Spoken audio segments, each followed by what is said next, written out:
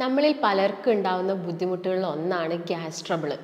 ഇതുമൂലം ഇഷ്ടപ്പെട്ട ഭക്ഷണം കഴിക്കാൻ പറ്റാത്തവരും അല്ലെങ്കിൽ ഒരു തണുത്ത ഭക്ഷണം കഴിക്കുന്ന സമയത്ത് ഒരുപാട് ബുദ്ധിമുട്ടുണ്ടാകുക, കപ്പയോ മരച്ചീനിയോ അങ്ങനെയൊക്കെ എന്തെങ്കിലും കഴിക്കുന്ന സമയത്തും അവർക്ക് ഗ്യാസ് വരാനുള്ളത്. അതിനുള്ളൊരു മെയിൻ റീസണും ഈ ആസിഡ് പ്രോപ്പറായിട്ട് നിങ്ങളുടെ വയറ്റിൽ ആമാശയത്തിൽ ഉൽപ്പാദിപ്പിക്കാത്തത് കൊണ്ടാണ്. അതുപോലെ നിങ്ങൾ കുടിക്കുന്ന വെള്ളമാണെങ്കിലും ഒരു ഇളം ചൂടോടുകൂടി തന്നെ വെള്ളം കുടിക്കുക. ഭക്ഷണമാണെങ്കിലും ഗ്യാസ് ട്രബിൾ വല്ലാതെ ബുദ്ധിമുട്ടുന്ന ആളുകളൊക്കെ ഭക്ഷണമാണെങ്കിലും ഒരു ഇളം ചൂടോടുകൂടി കഴിക്കുക. ഇപ്പം ഇങ്ങനെയുള്ള ആളുകളൊക്കെ ഈ മണ്ണിനടിയിൽ നിന്ന് എടുക്കുന്ന കിഴങ്ങ് വർഗ്ഗങ്ങൾ കഴിക്കാൻ അവർക്ക് ബുദ്ധിമുട്ടുണ്ടാവും. അതാണെങ്കിലും നിങ്ങൾ ഇത് ചൂടോടുകൂടി കഴിക്കുകയാണെങ്കിൽ നിങ്ങൾക്ക് വലിയ പ്രശ്നങ്ങൾ ഉണ്ടാവുന്നില്ല. നമസ്കാരം, ഞാൻ ഡോക്ടർ ഭാഗ്യ, Q1B ഹെൽത്ത് കെയറിലെ ആയുർവേദ ഡോക്ടറാണ്. നമ്മളിൽ പലർക്കും ഉണ്ടാകുന്ന ബുദ്ധിമുട്ടുകളിൽ ഒന്നാണ് ഗ്യാസ് ട്രബിൾ. ഇതുമൂലം ഇഷ്ടപ്പെട്ട ഭക്ഷണം കഴിക്കാൻ പറ്റാത്തവരും അല്ലെങ്കിൽ ഒരു തണുത്ത ഭക്ഷണം കഴിക്കുന്ന സമയത്ത് ഒരുപാട് ബുദ്ധിമുട്ടുണ്ടാകുക, വയറ് വീർക്കുക, അതുപോലെ തന്നെ ശരീരത്തിൻ്റെ പല ഭാഗങ്ങളിൽ നിന്നും വേദന അനുഭവപ്പെടുന്ന ആളുകളൊക്കെ ഉണ്ടാവും. ഇപ്പം നെഞ്ചിൻ്റെ ഭാഗത്തുനിന്ന് വേദന വരിക, അല്ലെങ്കിൽ പുറം വശത്തുനിന്ന് വേദന വരിക, നടുവിൻ്റെ രണ്ട് സൈഡിൽ നിന്നൊക്കെ വേദന വന്നിട്ട് ചിലപ്പോൾ നമ്മൾ അറ്റാക്കാണോ എന്നൊക്കെ ഒരു തെറ്റിദ്ധരിച്ച് നമ്മൾ ഹോസ്പിറ്റലിലൊക്കെ പോയിട്ട് ECG എടുത്ത് നോക്കുന്ന ഒരുപാട് ആളുകളുണ്ട്. അപ്പം ഒട്ടുമിക്ക കേസുകളിലും ഇത് ഗ്യാസിൻ്റെ ഒരു ബുദ്ധിമുട്ട് മൂലമാണ് വരുന്നത്. അപ്പോൾ എന്തൊക്കെ കാരണങ്ങൾ കൊണ്ടാണ് ഇങ്ങനെ ഗ്യാസ് ട്രബിൾ വരുന്നത്, അതുപോലെ തന്നെ നമ്മൾ ഭക്ഷണത്തിൽ വരുത്തേണ്ട മാറ്റങ്ങൾ എന്തൊക്കെയാണ് എന്നുള്ളതാണ് ഇന്നത്തെ വീഡിയോ. അപ്പോൾ നമുക്ക് നോക്കാം എങ്ങനെയാണ് നമുക്ക് ഗ്യാസ് വരുന്നത്. നമുക്കറിയാം, നമ്മൾ കഴിക്കുന്ന ഭക്ഷണം അന്നനാളത്തിലൂടെ ആമാശയത്തിൽ എത്തിയിട്ടാണ് ദഹിക്കുന്നത്. ആമാശയത്തിൽ ഹൈഡ്രോക്ലോറിക് ആസിഡ് HCl എന്ന് പറഞ്ഞ ആസിഡാണ് നമ്മുടെ ഭക്ഷണത്തിനെ ദഹിക്കാൻ സഹായിക്കുന്നത്. ഈ ആസിഡ് കൂടുതലായാലും അതുപോലെ തന്നെ കുറഞ്ഞു വന്നാലും, അതായത് ഹൈപ്പർ അസിഡിക് ആയാലും ഹൈപ്പോ അസിഡിക് ആയാലും നമുക്ക് ഗ്യാസിൻ്റെ പ്രശ്നങ്ങൾ വരാനുള്ള ചാൻസസ് കൂടുതലാണ്. അപ്പം അതിൻ്റെ ഭാഗമായിട്ട് ഒട്ടുമിക്ക ആളുകളും പറയുന്നതാണ് ആ ഒരു സമയത്ത് വല്ലാത്ത അസ്വസ്ഥത വരിക, ഭയങ്കര തലകറക്കം വരിക, വിയർക്കുക എന്നുള്ളതൊക്കെ. ഇതിനുള്ളൊരു പ്രധാന കാരണം നമ്മുടെ ആമാശയം വീർക്കുന്ന സമയത്ത് ഈ ഗ്യാസ് ട്രബിൾ വന്നിട്ട് ആമാശയം വീർക്കുമ്പം അതിൻ്റെ മുകളിലിരിക്കുന്ന ഡയഫ്രം എന്ന് പറഞ്ഞ ഓർഗനിൽ ഒരു പ്രഷർ വരും. ഇതിൻ്റെ ഭാഗമായിട്ടാണ് നമുക്ക് നെഞ്ചിൻ്റെ ഭാഗത്തു നിന്നൊക്കെ ഒരുപാട് ആ ഒരു മിടിപ്പും ബുദ്ധിമുട്ടും കാര്യങ്ങളൊക്കെ വരുന്നത്. അപ്പം ഞാൻ നേരത്തെ പറഞ്ഞ പോലെ തന്നെ ഈ ആസിഡിൽ വരുന്ന വ്യത്യാസം കൊണ്ട് നമുക്ക് ഗ്യാസ് ട്രബിൾ വരാനുള്ള ചാൻസസ് കൂടുതലാണ്.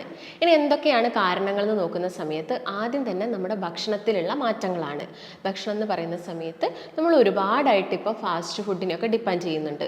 അതിൽ തന്നെ നമുക്കറിയാം, ഫാസ്റ്റ് ഫുഡ് നോക്കുകയാണെങ്കിൽ ഒരുപാട് മസാലകൾ കൂടുതലായിട്ട് ഉണ്ടാക്കുന്നതാണ് ഇപ്പം നമ്മൾ പുറത്തുനിന്നൊക്കെ വാങ്ങുന്ന ഭക്ഷണങ്ങൾ.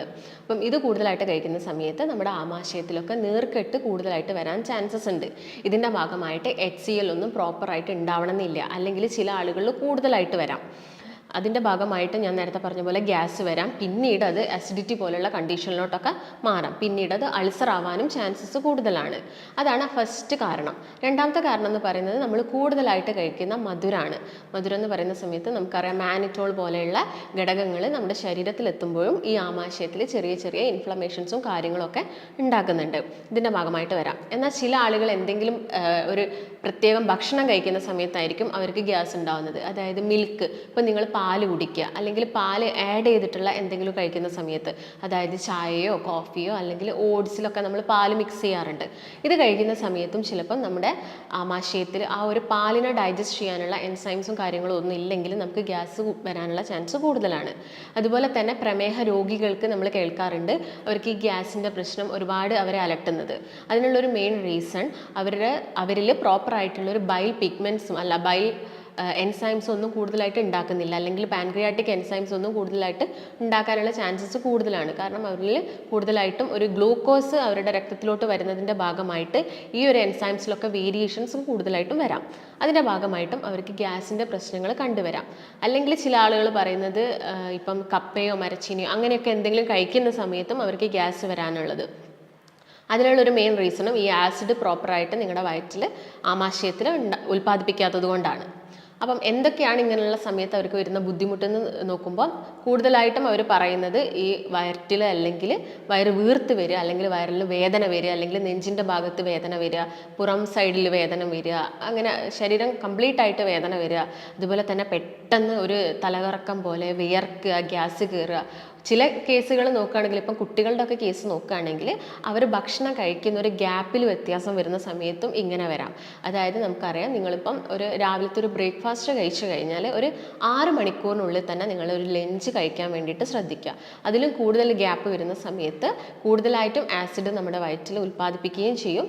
അപ്പം അതിന് വേണ്ട ഭക്ഷണം കിട്ടിയിട്ടില്ലെങ്കിൽ ഇങ്ങനെയുള്ള നെഞ്ചരിച്ചിലും അതുപോലെ തന്നെ അസ്വസ്ഥതകളൊക്കെ വരാനുള്ള ചാൻസസ് കൂടുതലാണ്. അതുപോലെ തന്നെ ഇങ്ങനെയുള്ളൊരു ഗ്യാസ് ട്രബിൾ വരാനുള്ളൊരു മെയിൻ റീസൺ നമുക്കുണ്ടാകുന്ന മാനസിക സമ്മർദ്ദങ്ങൾ, അല്ലെങ്കിൽ ടെൻഷൻ, അല്ലെങ്കിൽ എന്തെങ്കിലും സ്ട്രെസ്സ് മൂലം നമുക്ക് ഉണ്ടാകുന്ന ബുദ്ധിമുട്ടുകൾ കാരണം ഗ്യാസ് വരാനുള്ള ചാൻസസ് കൂടുതലാണ്. അതെങ്ങനെയാണെന്ന് നോക്കാം. ഇങ്ങനെ ടെൻഷൻ അല്ലെങ്കിൽ സ്ട്രെസ് ഉള്ള സമയത്ത് നമ്മുടെ ശരീരത്തിൽ കോർട്ടിസോൺ എൻസൈംസ് കൂടുതലായിട്ട് ഉൽപ്പാദിപ്പിക്കപ്പെടും. ഇത് നമ്മുടെ രക്തത്തിലോട്ട് വരികയും ആമാശയത്തിൽ നീർക്കെട്ടുണ്ടാവുകയും ചെയ്യുന്നു. ഇതിൻ്റെ ഭാഗമായിട്ട് നമുക്ക് ഗ്യാസ് ട്രബിൾ വരാം.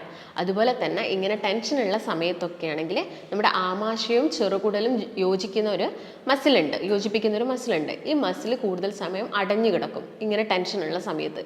ഇതിൻ്റെ ഭാഗമായിട്ട് നമ്മൾ കഴിക്കുന്ന ഭക്ഷണം ആമാശയത്തിൽ തന്നെ കിടന്ന് അവിടുന്ന് പുളിക്കും, ചെറുകുടലിൽ വരാതിരിക്കും. നമുക്കറിയാം, നോർമലി ആമാശയത്തിലെത്തി ചെറുകുടലിലെത്തി പിന്നെയാണ് ഇത് മലാശയത്തിലോട്ട് വരുന്നത്. എന്നാൽ ഇത് ആമാശയത്തിൽ തന്നെ കിടക്കും. അതിൻ്റെ ഭാഗമായിട്ട് നമുക്ക് ഈ പുളിച്ച് തേട്ടലൊക്കെ ഉണ്ടാവാം. അതുകൊണ്ടാണ് ടെൻഷനും സ്ട്രെസ്സും ഉള്ള സമയത്ത് നമുക്ക് ഈ ഗ്യാസ് ട്രബിൾ വല്ലാതെ നമ്മൾ അലട്ടുന്നത്.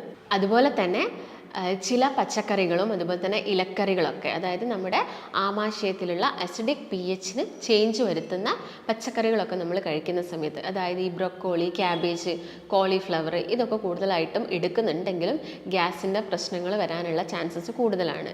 അതുപോലെ നിങ്ങൾ നന്നായിട്ട് ചവച്ചരച്ച് കഴിക്കുന്നില്ല, നിങ്ങൾ പ്രോപ്പറായിട്ട് ഉറങ്ങുന്നില്ലെങ്കിലൊക്കെ നമുക്ക് ഈ ഗ്യാസ് ട്രബിൾ വരാം. അതുപോലെ തന്നെ നിങ്ങളിപ്പം പുളിയുള്ള ഫ്രൂട്ട്സ് ഒക്കെ ചിലപ്പം വെറും വയറ്റിൽ കഴിക്കുകയാണെങ്കിൽ നിങ്ങൾക്ക് ഗ്യാസിൻ്റെ പ്രശ്നങ്ങൾ വരാം. അതുപോലെ തന്നെ നിങ്ങൾ എന്തെങ്കിലും ഭക്ഷണം കഴിച്ച പാടെ തന്നെ പോയിട്ട് കുളിക്കുക, അല്ലെങ്കിൽ ഭക്ഷണം കഴിച്ച പാടെ കിടന്നുറങ്ങുക. നമ്മുടെ ശരീരത്തിനൊന്നും വേണ്ടത്ര ഒരു വ്യായാമം കൊടുക്കുന്നില്ലെങ്കിൽ നമുക്ക് ഗ്യാസ് വരാനുള്ള ആ ഒരു പ്രോപ്പറായിട്ടുള്ള ഡൈജഷൻ അഥവാ ദഹനം അവിടെ നടക്കണമെന്നില്ല. അതിൻ്റെ ഭാഗമായിട്ട് നമുക്ക് ഗ്യാസ് ട്രബിൾ വരാം.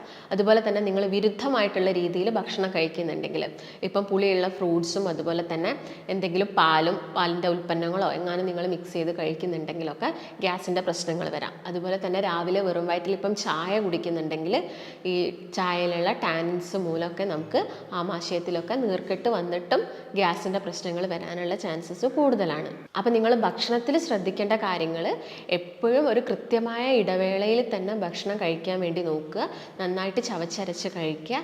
അതുപോലെ തന്നെ ധാരാളം വെള്ളം കുടിക്കാൻ വേണ്ടിയിട്ട്, കാരണം നമുക്കറിയാം വെള്ളം കുടിച്ചാൽ മാത്രമേ ആ പ്രോപ്പറായിട്ടുള്ളൊരു ഡൈജഷനും കാര്യങ്ങളൊക്കെ നടക്കുകയുള്ളൂ. അപ്പോൾ നന്നായിട്ട് വെള്ളം കുടിക്കാൻ വേണ്ടിയിട്ട് നോക്കുക. അതുപോലെ തന്നെ വെറും വയറ്റിൽ ചായ അതുപോലെ പുളിയുള്ള ഫ്രൂട്ട്സ് ഒന്നും കഴിക്കാതെ ഇരിക്കുക. അതുപോലെ തന്നെ നന്നായിട്ടൊരു വ്യായാമം എല്ലാ ദിവസവും. ചില ആളുകൾക്ക് ഈ ഗ്യാസിൻ്റെ ബുദ്ധിമുട്ട് വന്നാൽ അവർ ഒരുപാട് ദൂരം നടക്കും. ആ ഒരു നടക്കുന്ന സമയത്ത് ചിലപ്പോൾ അവർക്ക് കീഴ്ശ്വാസമായിട്ടോ അല്ലെങ്കിൽ ഒരു ഏമ്പൊക്കെ ആയിട്ട് ഗ്യാസ് പോവാറുണ്ട്. അപ്പം എല്ലാ ദിവസവും രാവിലെ എണീച്ചിട്ട് എന്തെങ്കിലും ഒരു വ്യായാമം നമ്മുടെ ശരീരത്തിന് കൊടുക്കാൻ വേണ്ടിയിട്ട് നോക്കുക. ഈ കാര്യങ്ങളൊക്കെ ശ്രദ്ധിക്കുക. അതിൻ്റെ കൂടെ തന്നെ നന്നായിട്ട് ഉറങ്ങുക. പിന്നെ ഭക്ഷണത്തിൽ വരുത്തേണ്ട മാറ്റം, മസാല ഐറ്റംസ് മാക്സിമം കുറച്ചുകൊണ്ട് വരാൻ നോക്കുക. അതുപോലെ തന്നെ കൂടുതൽ പഞ്ചസാരയുടെ ഉപയോഗം അത് മാക്സിമം കുറച്ചുകൊണ്ട് വരിക. അതുപോലെ തന്നെ ഉപ്പിൻ്റെ ഉപയോഗമാണെങ്കിലും കുറയ്ക്കുക. അപ്പോൾ ഇതിനു വേണ്ടി നിങ്ങൾക്ക് ചെയ്യാൻ പറ്റുന്ന കുറച്ച് കാര്യങ്ങൾ എന്തൊക്കെയാണെന്ന് നോക്കാം. അതിനായിട്ട് ആദ്യം തന്നെ നിങ്ങൾക്ക് ഒരു നല്ലൊരു മസാജ് കൊടുക്കുകയാണെങ്കിൽ ഇങ്ങനെ പെട്ടെന്നൊരു അസ്വസ്ഥതയും ആ ഒരു ബുദ്ധിമുട്ടൊക്കെ വരുന്ന സമയത്ത് നമുക്ക് നമ്മുടെ വാരിയലിൻ്റെ സൈഡിലായിട്ട് ചെറിയ രീതിയിലൊക്കെ മസാജ് പുറത്തോട്ട്, അതായത് നമ്മുടെ വാരിയലിൻ്റെ സൈഡിൽ നിന്ന് പുറം വശത്തോട്ട് നല്ല രീതിയിലൊരു മസാജ് കൊടുക്കുകയാണെങ്കിൽ നമുക്ക് ഗ്യാസിൽ നിന്നൊരു റിലീഫ് ഉണ്ടാവും. അതുപോലെ തന്നെ നമ്മുടെ പുറകിലാണെങ്കിൽ നമുക്ക് ചെറിയ രീതിയിലൊക്കെ ഒന്ന് തടവി കൊടുക്കാം. അങ്ങനെ സമയത്ത് നമുക്കൊരു ആ പെട്ടെന്ന് വരുന്ന ബുദ്ധിമുട്ടിൽ നിന്ന് നമുക്കൊരു ആശ്വാസം കിട്ടുന്നതാണ്. അതുപോലെ തന്നെ വെളുത്തുള്ളിയൊക്കെ ഉണ്ടെങ്കിൽ നിങ്ങളത് ചവച്ചരച്ച് കഴിക്കാൻ നോക്കുക. എന്താണെങ്കിലും ഭക്ഷണം കഴിച്ച പാടെ ചവച്ചരയ്ക്കുക. അതുപോലെ തന്നെ തണുത്ത ഫ്രിഡ്ജിൽ വെച്ച ഭക്ഷണങ്ങൾ ഒക്കെ മാക്സിമം കുറയ്ക്കുക. അതിൻ്റെ കൂടെ തന്നെ നിങ്ങൾക്ക് ജീരകം കഴിക്കാവുന്നതാണ്. ജീരകം വലിയ ജീരകമാണെങ്കിലും അല്ലെങ്കിൽ പെരിഞ്ജീരകമാണെങ്കിലും ഒക്കെ നമുക്ക് ചവച്ചരച്ച് കഴിക്കാം. അല്ലെങ്കിൽ അത് ജസ്റ്റ് ഒന്ന് വറുത്തിട്ട് വെള്ളത്തിലിട്ടിട്ട് വെള്ളം തിളപ്പിച്ച് നമുക്ക് കുടിക്കാവുന്നതാണ്. അതുപോലെ തന്നെ നന്നായിട്ട് പ്രോബയോട്ടിക്സ് നമ്മുടെ ഭക്ഷണത്തിൽ ഇൻക്ലൂഡ് ചെയ്യാൻ വേണ്ടിയിട്ട് ശ്രദ്ധിക്കുക. അതായത് നിങ്ങളിപ്പോൾ ഒരു വീക്കിലി ഒരു 2 or 3 ടൈംസ് ഏതെങ്കിലും ഒരു പ്രോബയോട്ടിക്, ഇപ്പോൾ തൈരോ അല്ലെങ്കിൽ മോരൊക്കെ കഴിക്കാൻ വേണ്ടിയിട്ട് ശ്രദ്ധിക്കുക. എല്ലാ ദിവസവും കഴിക്കേണ്ട ആവശ്യകതയില്ല. കാരണം ചില ആളുകൾക്ക് ഈ ബാക്ടീരിയാസ് കൂടിയാലും, വയറിൽ ബാക്ടീരിയാസ് കൂടിയാലും ഗ്യാസ് ട്രബിൾ വരാനുള്ള ചാൻസസ് കൂടുതലാണ്. പക്ഷേ നമുക്കറിയാം ഈ ബാക്ടീരിയാസ് ഉണ്ടെങ്കിൽ നമുക്ക് നല്ല ഇമ്മ്യൂണിറ്റി തരും, അതുപോലെ തന്നെ ഡൈജഷനൊക്കെ പ്രോപ്പറാക്കും. എന്നാൽ ചില ആളുകളിൽ മാത്രം ഗ്യാസ് വരാനുള്ള ചാൻസസ് കൂടുതലാണ്. അതുകൊണ്ട് ഒരു വീക്കിലി 3 ടൈംസ് ഏതെങ്കിലും ഒരു പ്രോബയോട്ടിക് എടുക്കാൻ വേണ്ടിയിട്ട് ശ്രദ്ധിക്കുക. അതുപോലെ തന്നെ ഇപ്പോൾ നിങ്ങൾക്ക് വീട്ടിലൊക്കെ ഇഞ്ചിയുടെ നീരൊക്കെ ചതച്ചിട്ട് ആ നീര് നമുക്ക് കഴിക്കാവുന്നതാണ്. അതുപോലെ തന്നെ ഞാൻ നേരത്തെ പറഞ്ഞ പോലെ തന്നെ ജീരകമൊക്കെ നമുക്ക് ട്രൈ ചെയ്ത് നോക്കാം. അതുപോലെ നിങ്ങൾ കുടിക്കുന്ന വെള്ളമാണെങ്കിലും ഒരു ഇളം ചൂടോടുകൂടി തന്നെ വെള്ളം കുടിക്കുക. ഭക്ഷണമാണെങ്കിലും ഗ്യാസ് ട്രബിൾ വല്ലാതെ ബുദ്ധിമുട്ടുന്ന ആളുകളൊക്കെ ഭക്ഷണമാണെങ്കിലും ഒരു ഇളം ചൂടോടുകൂടി കഴിക്കുക. ഇപ്പം ഇങ്ങനെയുള്ള ആളുകളൊക്കെ ഈ മണ്ണിനടിയിൽ നിന്ന് എടുക്കുന്ന കിഴങ്ങ് വർഗ്ഗങ്ങൾ കഴിക്കാൻ അവർക്ക് ബുദ്ധിമുട്ടുണ്ടാവും. അതാണെങ്കിലും നിങ്ങൾ ഒരു ചൂടോട് കൂടി കഴിക്കുകയാണെങ്കിൽ നിങ്ങൾക്ക് വലിയ പ്രശ്നങ്ങൾ ഉണ്ടാവുന്നില്ല. അല്ലെങ്കിൽ ജസ്റ്റ് ഒരു കട്ടൻ ചായ എങ്ങാനും എടുക്കുന്നുണ്ടെങ്കിൽ മധുരം കുറച്ചെടുക്കുക. അതിൽ നിങ്ങൾക്ക് ജസ്റ്റ് ഒരു നാരങ്ങ പിഴിഞ്ഞിട്ടോ അങ്ങനെയൊക്കെ നിങ്ങൾക്ക് ട്രൈ ചെയ്ത് നോക്കാവുന്നതാണ്. അപ്പോൾ ഇത്രയും കാര്യങ്ങളാണ് നിങ്ങൾ മെയിനായിട്ടും ശ്രദ്ധിക്കേണ്ടത്. അപ്പോൾ നമുക്ക് മറ്റൊരു നല്ല ഹെൽത്ത് ടോപ്പിക്കുമായിട്ട് വീണ്ടും കാണാം. നന്ദി.